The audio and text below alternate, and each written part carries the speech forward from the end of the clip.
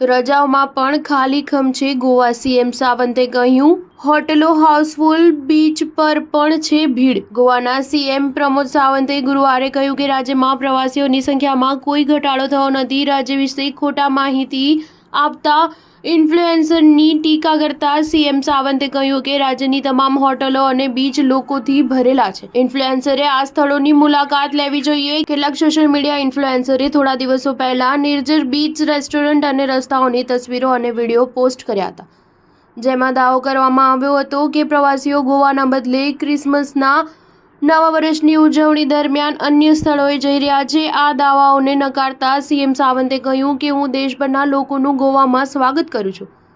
December મહિનો ગોવા માટે ખૂબ જ મહત્વપૂર્ણ છે. હંમેશાની જેમ વિવિધ તહેવારો તેમજ ઇન્ટરનેશનલ ફિલ્મ ફેસ્ટિવલથી લઈને ક્રિસમસ અને 31મી ડિસેમ્બર સુધી ખૂબ જ ધામધૂમથી ઉજવવામાં આવે છે.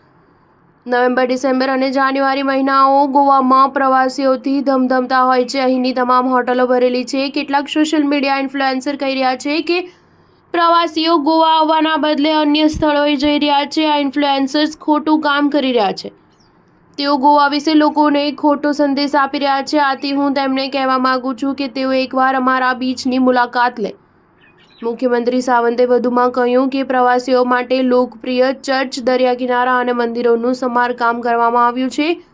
તેમણે એવો પણ દાવો કર્યો હતો કે નવા વર્ષ નિમિત્તે ત્યાંના રસ્તાઓ પર ઘણી ભીડ હતી અને આવનાર દરેકનું ઉષ્માભેર સ્વાગત કરવામાં આવ્યું હતું. મુખ્યમંત્રીએ કહ્યું કે ભીડને નિયંત્રિત કરવા અને કાયદો અને વ્યવસ્થા જાળવવા માટે વધારાના પોલીસ દળો તૈનાત કરવામાં આવ્યા છે. ગોવાના પર્યટન મંત્રી રોહન ખાઉટેએ કહ્યું, તેમણે આરોપ લગાવ્યો કે ટૂલકિટ હેઠળ કેટલાક ઇન્ફ્લુએન્સર્સને પૈસા આપવામાં આવ્યા હતા જેથી તેઓ રાજ્યની છબીને ખરાબ કરી શકે. સ્ટાર ન્યૂઝ 7 હંમેશા સચ્ચાઈની સાથે.